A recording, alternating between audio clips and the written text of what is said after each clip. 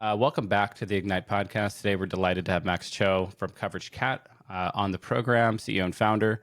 Max, would love to get a intro from you for the audience. Of course. My name's Max. Coverage Cat is the company I'm building right now. We're making it possible for everyone to find the perfect insurance for them. And we think that that is a world that has just way more transparency rather than the kind of the pain of shopping around that everyone suffers today. Before working on Wait, Coverage if I Cat, have 15 minutes, can't you save me 15% or more on my car insurance? I think you could save 15%. The could is a very important phrase there. Well, I mean, that's exactly the problem. I think everyone knows that there's a better insurance deal out there for them. It's just too much nuisance to go and find it. Yeah, so tell me and Max and I we were just chatting before we started recording about all the commonalities we share, and I just have to point it out to the audience because it's quite a bit of coincidence. We went to the same elementary school in the same neighborhood in Seattle, very random, 10 years apart, but we also both went to UW. And he got his master's there, and I got an undergrad there. And then we both worked in ads at some point, or measuring marketing anyway. So there's just, and Microsoft program managers. If you work in tech, I feel like at some point someone's like, why don't you do some ad related stuff? At some point you get sucked into ad stuff, right? Because it's so massive and big, and it's a $500 billion industry. And I remember I got sucked into it, and it was really hard to break out of it. Right? Like once you're in it, it's like, oh, you have experience in this, and this is really complex stuff. Why don't you keep doing it? You're like, no, I want to get out of this. The work I did on advertising was actually the thing that I was really excited about. The question that we were faced with, and this was at Google, was to what extent does advertising exposure change people's purchasing decision, which is like kind of the fundamental question of advertising. And you don't get a great opportunity to work on it. I mean, at Google, you get a pretty unique view into measuring. Yeah. So here's a bit of trivia for the audience. Anyone, all our amazing fans out there. I actually wrote a case at Berkeley on this in my MBA program with a marketing professor. So I took real data from Rocket Fuel, a unicorn ad tech company I was at the time, about 10 years ago. And I remember I was going through this marketing analytics course. And I pulled the teacher aside after the class. And I'm like, this is not real. Like, this data doesn't make sense. Let's actually do a real case with real data. And so we got permission from the brand and Rocket Fuel, and we did a real case, and one case of the year. And it's linked on my LinkedIn profile, and it's still taught at Berkeley. And my boss, who is a partner at Team Ignite, so works with me now, my former skip level at Rocket Fuel, recently went into Berkeley and taught the case. So he actually went into class and actually taught the case, which was a really, really fun experience. But I think people always ask me about advertising because how could you not? And I feel like the lesson that people should mostly take away from it, because you can read all sorts of interesting conflicting research on this topic, of course. And it's like so much of science, which is that the methodology is the core idea and the results vary. And whether you're scrupulous about the methodology is what will determine kind of whether you're in reality or whether you're fooling yourself. And there's a lot of fooling yourself that's done intentionally for a variety of corporate reasons. Very well said. Very well said. And I think the punchline of the case was that advertising is effective, right? Because this was, I think this was a brand lift study, actually. It's like, if we show this, do they recall the brand more? With surveys and stuff like that. And and it had all kinds of statistics and stat sig and p-values, and it was very scientific.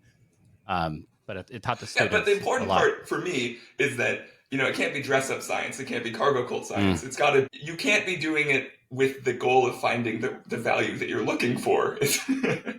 No one's really coming out ahead. Well, sometimes the advertising agency is coming out ahead. Yeah. I mean, they're kind of like lawyers, right? They just want you to bill more. Like, oh yeah, we should run the brand thing, and do you know if the videos are viewable or not? Like, maybe we should run a viewability study on the video. And the list goes on, and it's a tough industry. So, how did you end up starting Coverage Cat? Walk us through kind of your background. I mean, you went to Yale and then got a master's of CS, and then you probably had some jobs, and then at some point, you're like, hey, I'm going to go do a crazy thing and start a startup. Kind of walk us through that background. Yeah, I think the place to start for me is when I had a terrible experience with insurance. And this was actually in high school when I knocked out some teeth and had to go replace them. And if you ever have had to deal with some irritating thing like that, you will rapidly discover the details of your insurance policy. And once you've read enough insurance policies, I think you get a sense of, oh, this is a thing that is just a document that a contract that people have agreed to.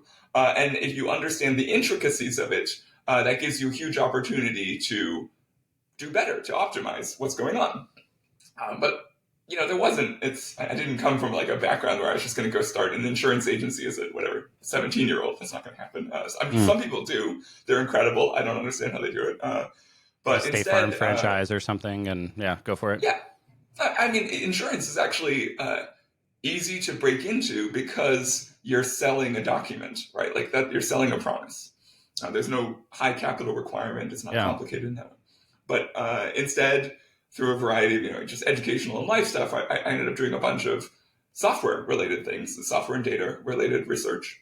And as a consumer, I was always just disappointed with the experience of shopping for that piece of paper, for that insurance piece of paper. And I'm like, why has software been so unsuccessful at solving this? And I look at it kind of the same way that people think about maybe travel agencies.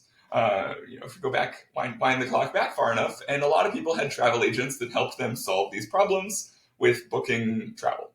But today, I think everyone I know is pretty good at using clearinghouse information, in which, ITA Matrix used to run a system that aggregated flights. Or if you're in the airline back of the house, you probably know Sabre, which is an old piece of software for this. Yeah. Why is it that one has changed, but insurance remains so phone call driven, so obscure in its pricing and its transparency? And the thought basically was, let's apply some new ideas in computer science, some machine learning, some artificial intelligence to solve a lot of the challenges involved in actually just doing this problem. So we think the time is right. Yeah. And so, for the audience, kind of, give us the, 30-second elevator pitch for Coverage Cat. Like, what is it? What does it do? Why should I use it? Yeah, the 30-second elevator pitch is that we've seen millions of prices. And if you share a couple of details about yourself, we can pretty rapidly tell you where we think you're going to find the best coverages and the best rates for that. And unlike other people, we are not in the lead generation space. We just basically show you the thing that we think is best, that we can find, and we can't even sell it to you sometimes. We'll just be like, oh, it turns out whatever carrier X is the best carrier for you, go deal with it. And we think that we can make that work because we use software, we use computers to do this. Other people, of course, are happy to sell you insurance products, but they tend to sell you the thing that's good for them as salespeople, which is why you so often get a raw deal here. Right. And so what is the typical, like I use, blah blah insurance for my car insurance. I go to Coverage Cat, and now I can, with the machine learning and the AI, you can help me find that beautiful little snowflake insurance policy that I probably couldn't have found on my own. Walk us through kind of how that process works. Yeah. I think there's a lot of misconceptions about insurance pricing that the data can really help you reject. There's what's the classic one? The classic one is like men pay more than women for car insurance or something like that. And if you've observed millions and millions of, let's say, auto insurance prices, you can pretty immediately discard that notion in some states. So depending on the jurisdiction that you're in, you can find out what actually is driving your rates. And then, of course, you can find out whether you're buying the wrong product. So if you go to Coverage Cat, you can just enter in, here's a couple details about me, your age, your zip, what car you're driving. That one is a key determinant of your auto insurance prices because, if you're insuring a vehicle, a more valuable vehicle is pricier to insure. And especially because auto repairs are so variable. So like Teslas are expensive to repair, so they're expensive to insure. But that doesn't, I guess, what is it? Kias are having a bunch of theft problems. Expensive to get a comprehensive coverage for that. It's the same kind of idea. And that variation is basically what we pull out. And our goal is, rather than having you go and quote every single website individually, we have seen so many prices, we can begin to estimate for you which ones are the likely ones that are going to be candidates for changing. And actually, some of the time, we'll also say, what you have is great. Don't change. You have the best possible thing for you. Interesting. And we don't do that just for auto insurance, to be clear. Personal lines of insurance can combine and interact in interesting ways. So, of course, if you have, let's say you have a high liability coverage for an auto policy and also a high liability coverage for your homeowner's insurance, and maybe a high liability policy for a condo that you're renting out as a landlord. Rather than carrying very high limits for each of those individual things, you could be better served by like an umbrella policy, which very cheaply is going to provide significant liability coverages across those areas. And then, so basically, I'm trying to think of analogies because that's the only way I can learn things. Is it sort of like, a TurboTax for insurance meets kind of like a Rocket Mortgage or Lending Tree kind of thing for consumers, where, like I'm shopping for a mortgage and I want to get lots of quotes for that. And, maybe the 15-year interest only makes sense for me, or the 30-year blah, blah, blah. Is that kind of what you're trying to do, is kind of become the go-to portal for it's the first stop that a consumer thinks of when they're like, okay, I'm ready to shop for insurance? Yeah, I think the best and ideal future for Coverage Cat is that we're the place that makes it clear what insurance you should buy and what you should pay for that across all conceivable options for you. And there's actually other places that already have that. So like if you're shopping for car insurance in Germany or the United Kingdom, you're going to get a much better experience than Americans currently get, because they already kind of have this kind of standardization and this kind of transparency that we haven't achieved here. So instead there's all of that, oh, you got to call somebody, oh, you fill out your form 16 times in duplicate on all these different websites. So that's kind of the ideal. The analogy that I would call it, the thing that I aspire to most, is maybe like Google Flights has an incredible experience for just seeing whether you're overpaying for that ticket or not. Like, it's like, oh, well, historically tickets are cheaper 4 weeks out, maybe back then. And we want to be that same level of advisor in which insurance, which is both complicated, but also not worth really your time learning and researching deeply. We want to just solve that problem for you. So what is the... So the genesis really of this is like you had this bad experience when you're a teenager and it kind of stuck with you. What is lots of people have ideas, right? Right. And, not many people execute. The idea is definitely the cheap part. I agree. Yeah. So walk us through sort of how you started executing towards this vision of solving this problem. For a lot of would-be entrepreneurs out there, kind of like, what is that, series of steps or moments that took you from like, I'm really dissatisfied with this to I'm working on this now? If you're out there and you're thinking, should I start a company? There is no moment where it's going to be obvious that you should pull the trigger. Especially if you're happy with your day job and things are going well in your life. I guess my first answer is don't. Don't go start a company. It's bad for a lot of things in your life.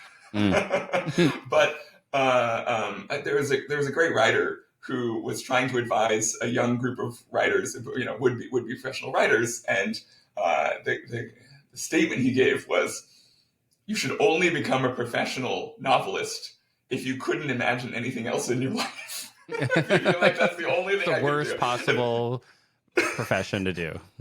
If you don't absolutely write anything else, you would literally die. That's when you should become a novelist. Maybe the same is true for startups.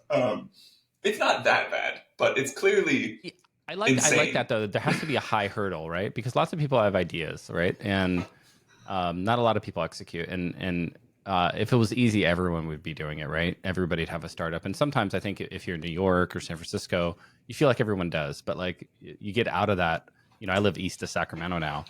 I moved out during COVID, and not everybody has a startup out here. It's weird. But like back in the Bay, a lot of people have businesses, like I have a, whatever business, mom and pop kind of small business. But I think you can kind of get sucked into the startup life, but you shouldn't do it unless I think the hurdle or that brick wall, you're willing to scale it and really go all out, right? Because I think what you're describing is what a lot of people hear, which is startups will ruin your life, and they're super hard.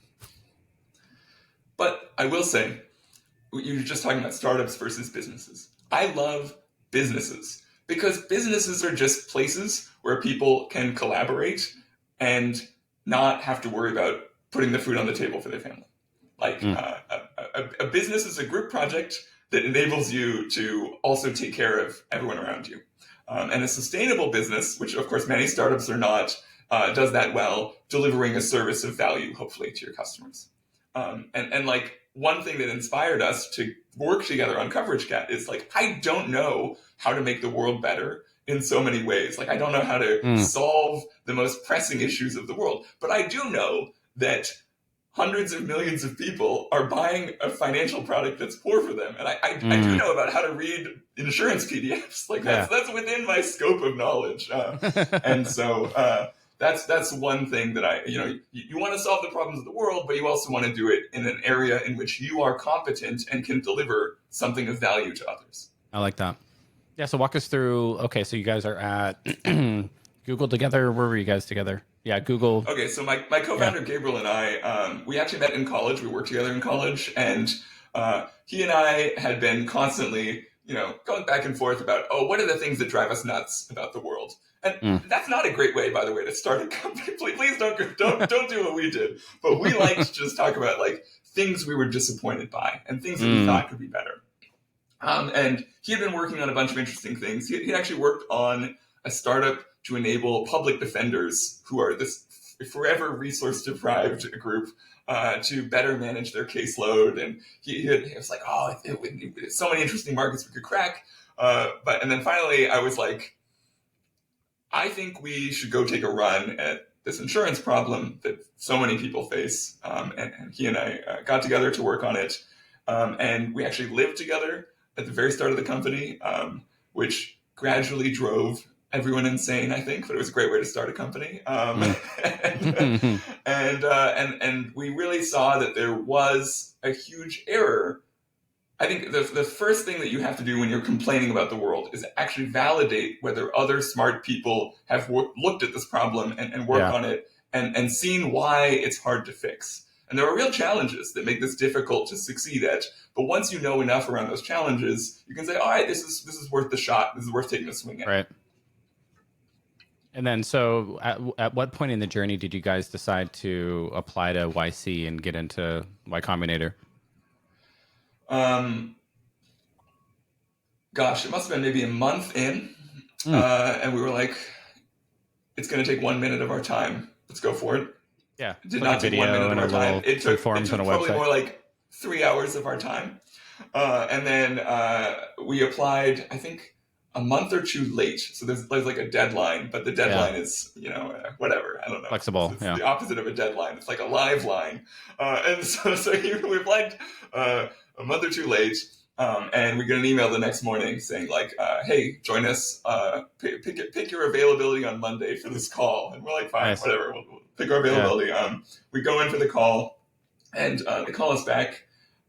In case you haven't done this kind of thing, it's like 10 minutes, 15 minutes. It's just a ridiculous format. And you get a call back a couple hours later and they're like, we'd like you to join YC. Can you fly to California next week? And I gave the dumb answer. I gave the dumb answer of, we'll think about it. And the other guy on the call, who we work with, and he's great. He was like, that's not really the answer we were looking for. Most people are like, yes. That's hilarious. So you're like, thanks. Let us think about it. Because it's I'm just not a hasty person in my life. I don't like. You gotta think. You're on the East Coast, and now you got to move to California for a certain amount of time, at least, and you got to think Actually, about that. It wasn't about that. It was about the cost of financing. Taking a YC deal is expensive in equity. Yeah. And so I was like, well, maybe I don't like the price of that capital, which is I think a question everyone faces in venture. Yeah. Yeah, because it's the 125 for 7%, right? Which is it's 500. Well, it's a 500. It's a two-part deal. It's 125 for 8, and then 375 as an MFN on the You're best basically option. kind of signing up for 15 to 20% dilution by going through YC between their deal and your MFN and whatever you raise. And so it's kind of like, I mean, YC is It geared to varies, but find unicorns, right? And so like I think there's a certain amount of pressure, right, that comes with going through YC, which is, hey, you better come out of this and like build something that people want and grow really fast. It's kind of the expectation. But you don't have to agree to all. I mean, there's no. Yeah. I think YC has seen significant diversity in how people want to run their companies, and it's not like YC is going to pressure you to run your company the way that whatever. Obviously, from a venture standpoint, I think venture capitalists do best when people take insane swings. And you strike out a lot, but that works out better for the product that they're selling to their LPs. Portfolio. But of course, that doesn't necessarily work out well for other people. Like, I mean, I remember in a very early conversation at YC, I was talking to some other founder there. Just you're put in with a bunch of other people concurrently, and he was just like, "Oh, I think I'm not sure what I want to do. I feel like maybe my partners would prefer it if I did something different here." And it was crazy to me because I think you should do what you're passionate about, and what your venture partners are passionate about is not particularly inspiring to me.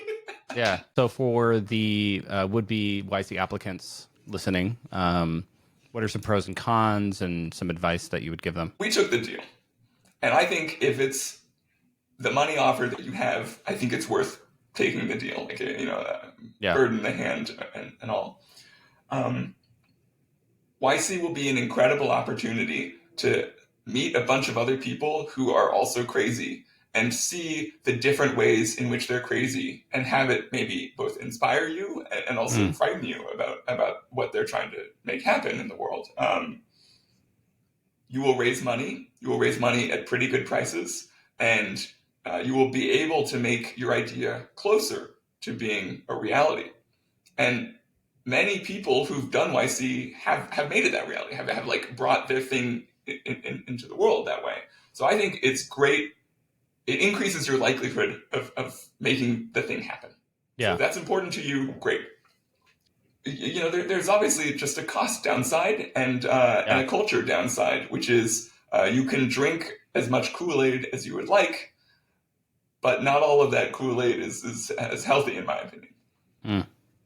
So let's unpack that a bit, because I like your distinctions, right, between founder investor alignment, and then let's unpack some of that Kool-Aid. What is some of the Kool-Aid they want you to drink? Let's define that, and then let's talk about kind of pros and cons of drinking the Kool-Aid. Let me see if I have a great story here. There's a lot of question in the startup world around shipping now versus making a quality product. And I think if you've ever worked in engineering, there's a tremendous tension there. And the longer you wait to ship, basically the more money and time of your life that you've wasted potentially making a thing that nobody cares about. But if you have no desire for quality, then you also just put out more crap into the world. And you can't really learn from putting out crap. Maybe this thing would have worked if it wasn't crap. Like so often Apple is the laggard entry into a category. People are like, oh, the iPhone, what first mover advantage they had. They really dominated that category from that first move. But of course it wasn't. It was really late to the game, right? Vision Pro hashtag. So we'll see. We'll find out. Definitely, they're compared to Oculus. Oculus is definitely a superior product in every way to everything else out there, but still maybe too early. Wow, to market. You're going to get some angry tweets about that one, bro. there's a Facebook product manager furiously typing into Twitter about him. I'm on Meta hate list right now. Yeah. Oh, I see. Great. Don't drag me down with you.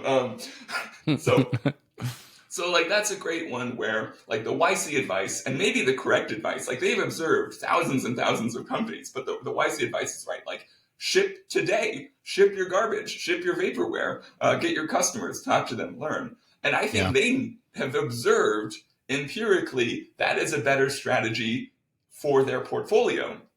But Mm. I mean, everyone thinks they're the exception, right? So it's that scene from Arrested Development. Has that ever worked? Well, no, but they're delusional. So you have to decide where your convictions truly lie and where the general advice is correct. Mm. Yeah, and that's the magic of being a founder is kind of, and it goes back to the phrase of if you're not embarrassed by your first version of your product, you ship too late. And Right.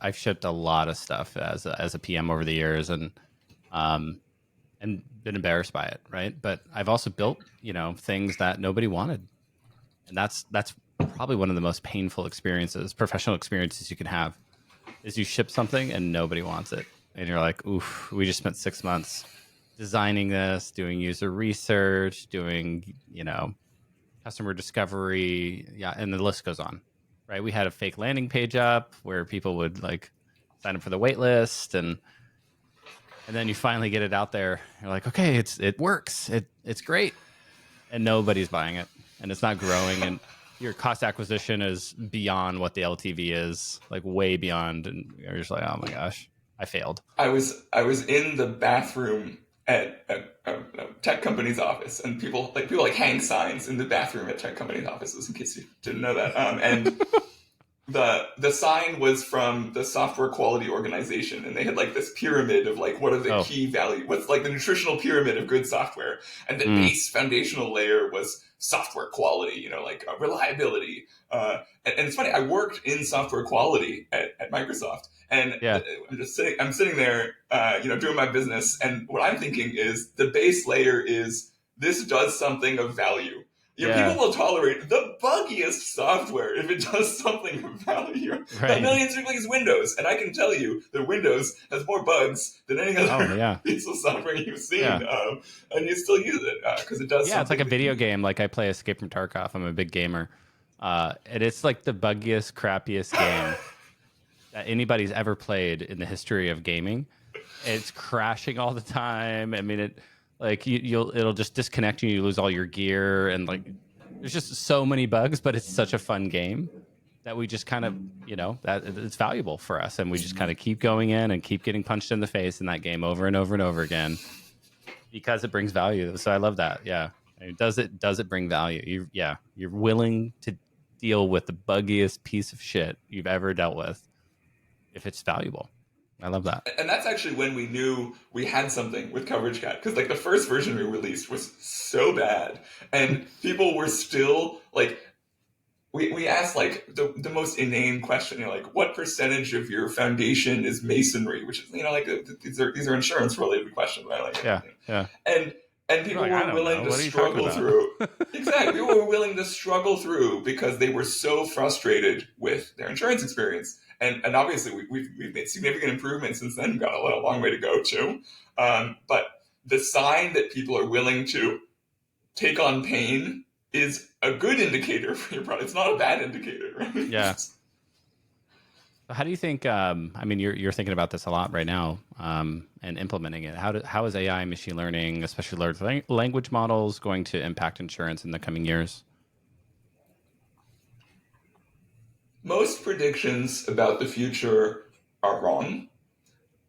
If you want to be right about predicting the future, the easiest thing, like modally correct answer, is just say the status quo. So I think people have been predicting the death of the insurance agent for, I don't think I'm exaggerating, maybe 20 or 30 years. You can go find 1990s articles about like, this thing called the World Wide Web is going to fix insurance. Like, and that's basically wrong. Like, none of those predictions have come true. But unlike travel, right? Unlike there's still travel agents, but it seems to be that technology really impacted the travel agent.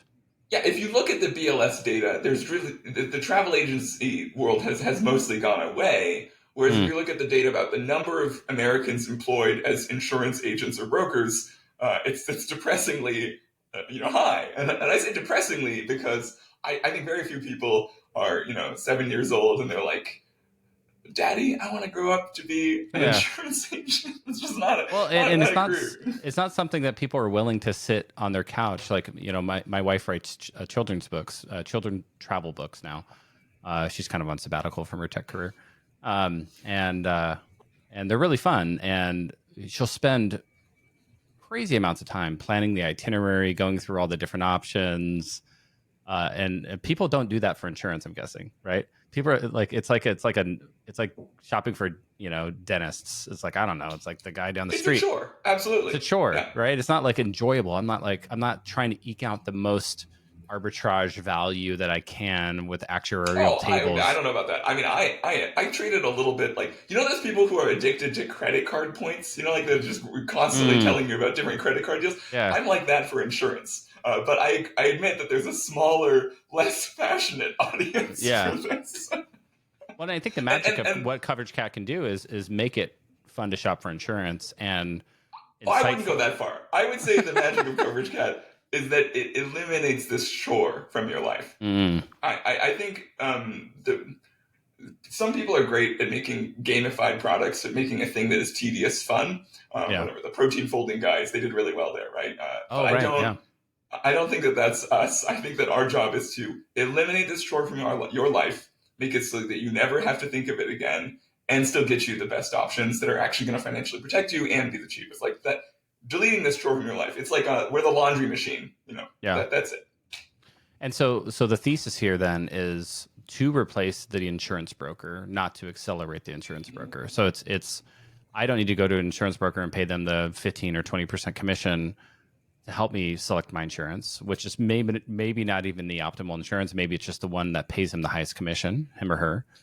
But I can go to Coverage Cat and with a few clicks of the mouse or a few syllables of the mouth, um, basically find the optimal insurance policy for my particular situation. Yeah, it's clicks of the mouth. We won't call you unless you ask us to. Yeah. But yeah, I think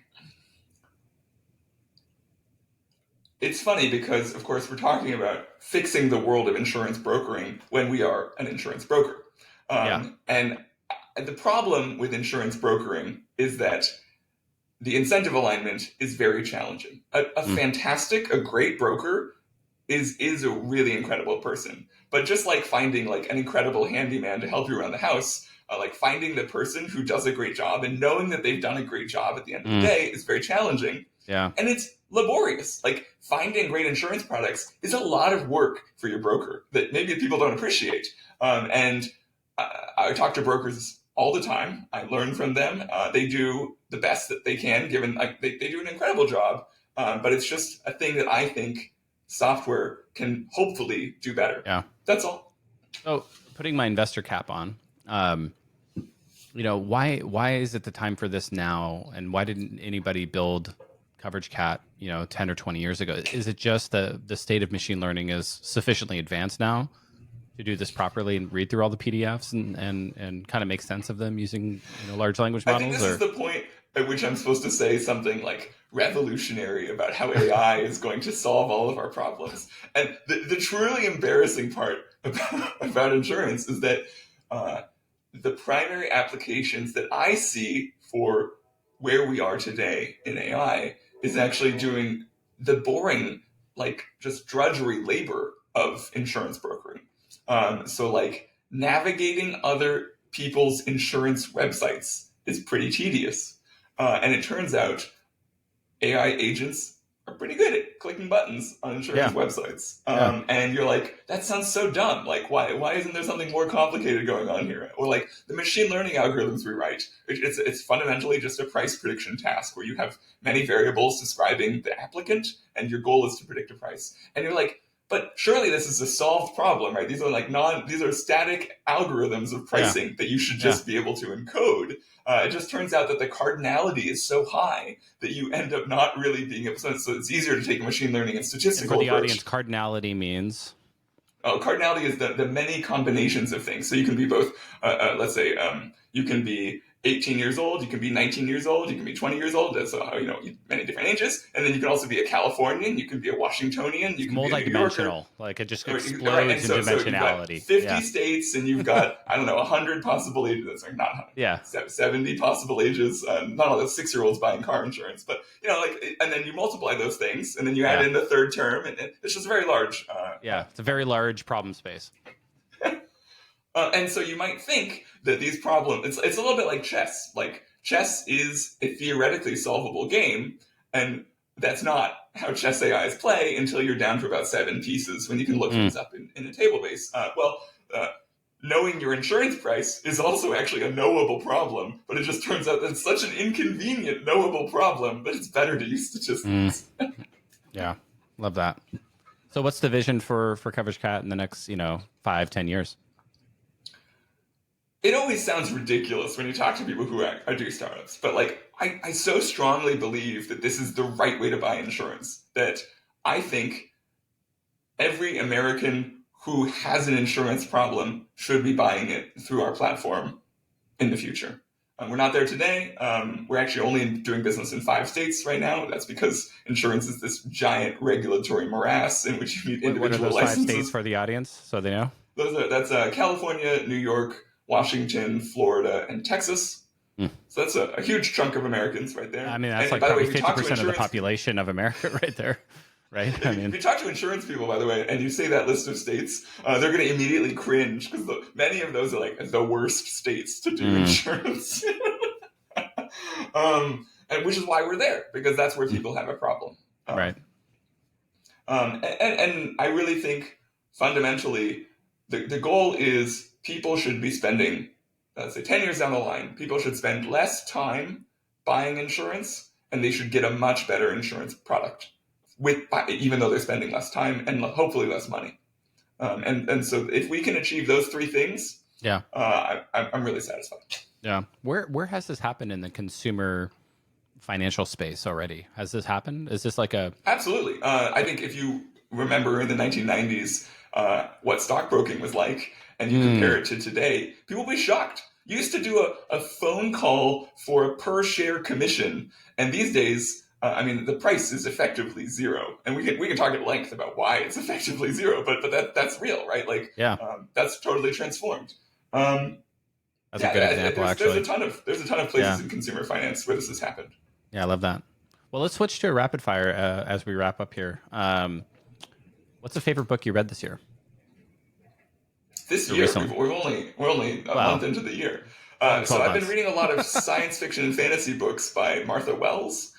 She wrote the Murderbot series, and I've been going through her back catalog. I really enjoy that she's writing characters set in wildly different worlds that give you a lot of opportunities to question the assumptions about how our society works. That's what I love in her books.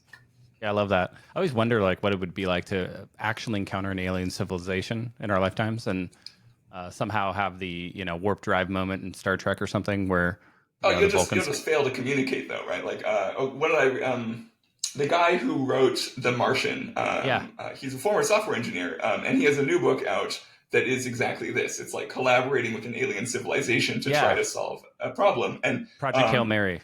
Project Hail Mary. Thank you. Yes, that was such a good book. Yeah, I love that. Our whole family read that. But of course, the key premise that you just have to suspend disbelief for is that he successfully communicates with the alien. Whereas I feel like odds are you just wouldn't even just 2 ships passing in the night. Yeah, and just the construct of time might go differently for them, right? They might be communicating at a different hertz. We're at this 20 to 20,000 hertz kind of. They might be at different audible levels. They might be at different visual levels. Talking about the Martha Wells book. Perception of time might go 10x faster than us. The Martha Wells is a great author, and she talks about incredible anthropological ideas. But I was reading the book, and one of the things, the character notices some script from a different, an alien civilization, and they say, "Oh, the script was too simple to be an alphabet." But of course, if you're a computer person, you know that you can communicate, you can encode information in zeros and ones. So you can have a very simple, information-rich environment. And it's not her fault. We all write from our experiences, but that's definitely a challenge. What's one technology you can't live without?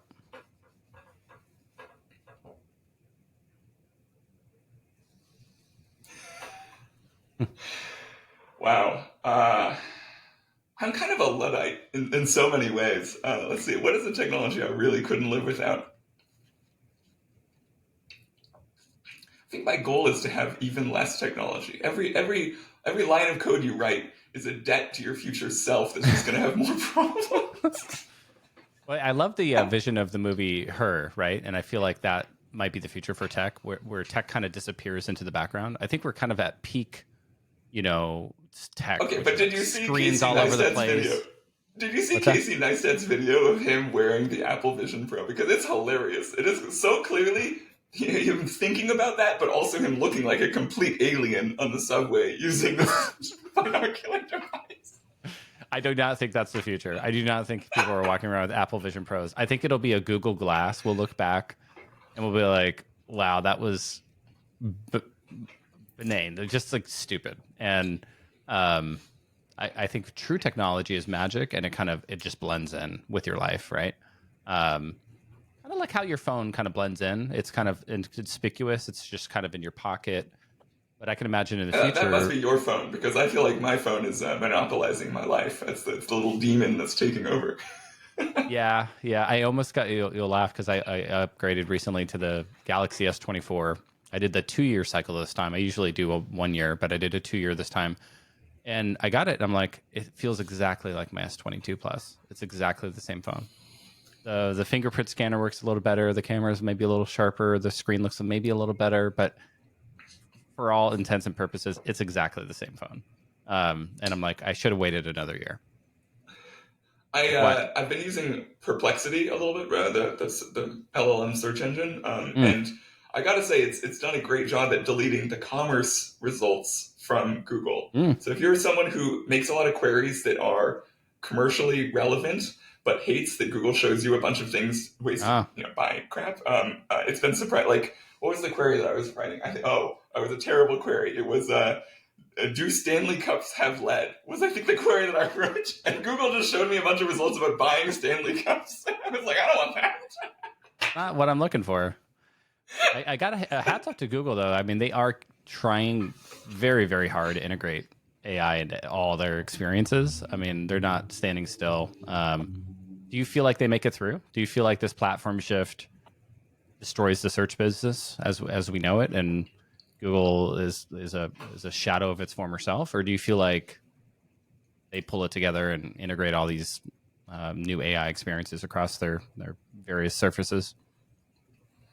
The intro cinematic to the Silicon Valley show is beautiful because it has all the buildings getting the Yeah, signs taken down, and then the new yeah, starts. they And come. Yeah, if you work at Google, you know you're built in the dinosaur bones of other companies, because like Google has grown its landscape too quickly, so they just rent out buildings from former, like it's like, oh, this is the old eBay building, this is the blah blah yeah, blah, yeah. They moved into companies the that old you rocket fuel building, actually, Google Cloud.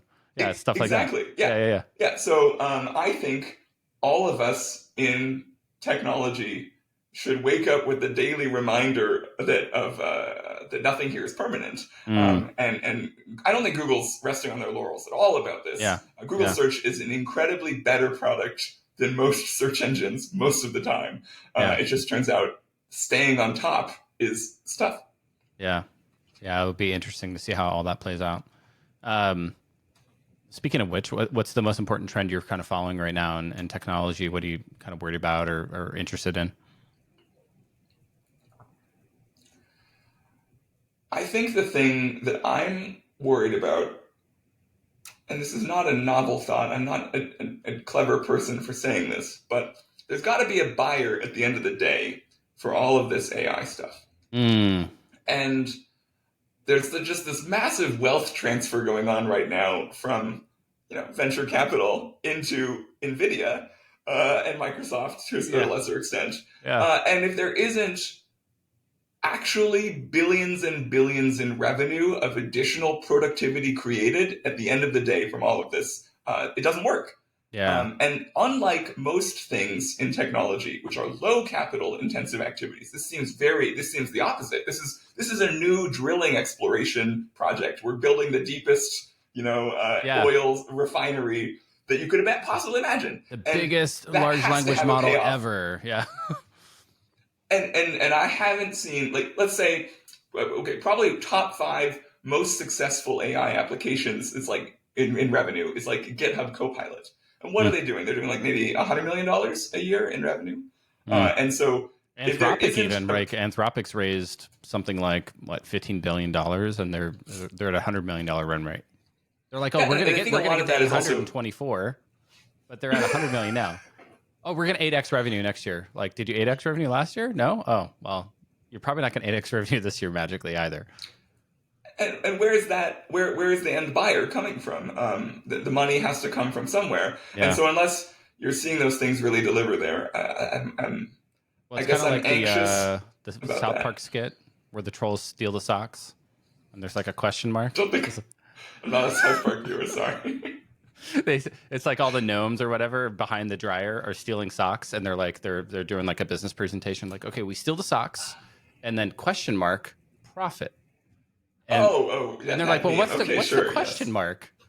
It's like, yeah. don't worry about that. We steal the socks, profit, and I think I think great things are going to come from this. I oh just yeah, don't know that they're going to arrive in the timeline or in the format that people expect. and that like it could be the internet boom all over again, right? Where it's just god awful amounts of money getting poured into the next .com, the next .ai, if you will, and it's just like question mark, like how are you going to profit from this? And But the internet boom, of course, succeeded. yeah, What's the economist statistic? You see the internet everywhere except in the productivity statistics. right, right, But I actually think, I mean, we're having this COVID. If anything, was a great um, indication that the internet boom had transformed our lives and could transform it further. yeah, yeah, and the future's here is just not evenly distributed, right? So the internet Yeah. was right. It's the timing thing of getting Only pets.com was wrong, right? web van. Amazon.com, this other small company you've heard of, Yeah, did have it right. it just takes time to proliferate and kind of change customs and culture, and but that's why Coverage Cat could be exactly the right time, because people are used to just shopping online for stuff, and it just hasn't happened yet for insurance. So And they didn't have the tools that we have today to solve the problems that right, other people ran into. right. So before we wrap, how can folks who are interested find more info about Coverage Cat? It's just coveragecat.com. We've got a bunch of really cool things there. Like, you can browse our prices that we've observed. And you're like, what do you mean? I don't have to sign up. I don't have to do anything. You can just see millions of insurance prices. Yes, you can. And I recommend taking a look. And we'd love to help you with your insurance if you sign up. We are incredibly committed to our clients, and we're there for them. And if that's interesting to you, we'd love to be there for you too. Awesome. Thanks so much for coming on, Max. I really enjoyed it. Awesome. See you later, Brian. Thanks.